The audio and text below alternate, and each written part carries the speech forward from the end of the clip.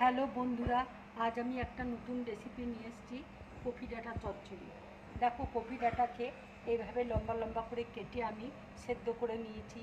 আলুকে এইভাবে লম্বা লম্বা করে কেটে সেদ্ধ করে নিয়েছি।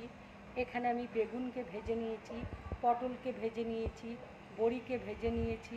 এখানে চিনি রয়েছে, এখানে হলুদ আছে, ফোড়নের জন্য শুকনো লঙ্কা আছে, কালো জিরে আছে, ধনে পাতা আছে, জিরে গুঁড়ো আছে, ধনে গুঁড়ো আছে, লঙ্কা গুঁড়ো আছে, আর টমেটো আছে। দেখো, কড়াইয়ে তেল দিয়েছি, তেল গরম হয়ে গেছে। এবার আমি শুকনো লঙ্কা ফোড়ন দিচ্ছি, কালো জিরে ফোড়ন দিয়ে দিচ্ছি। দেখো, কালো জিরেটা ভাজা হয়ে গেছে। এবার আমি ডাঁটা আলু একসাথে দিয়ে দিচ্ছি।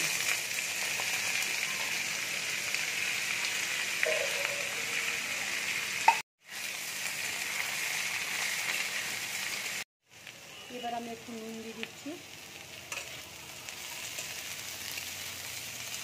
এবার আমি টমেটো দিয়ে দিচ্ছি, হলুদ দিয়ে দিচ্ছি,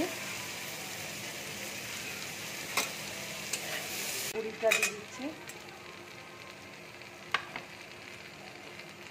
এবার আমি লঙ্কা গুঁড়ো, ধনে গুঁড়ো আর জিরে গুঁড়ো দিয়ে দিচ্ছি, দিয়ে একটু জল দিয়ে দেবো। এবার আমি একটু জল দিয়ে দিচ্ছি।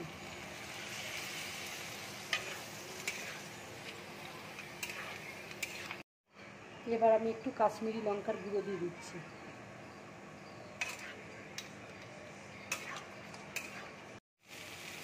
দেখো, মশলাটা ভালো করে কষানো হয়ে গেছে। এবার আমি ভাজা পটলটা আর ভাজা বেগুনটা দিয়ে দিচ্ছি।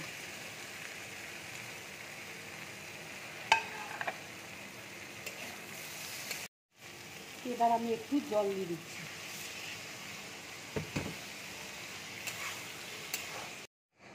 এবার আমি একটু চিনি দিয়ে দিচ্ছি। এবার তখন ধনে পাতা দিয়ে দিচ্ছি, কাঁচা লঙ্কা দিয়ে দিচ্ছি।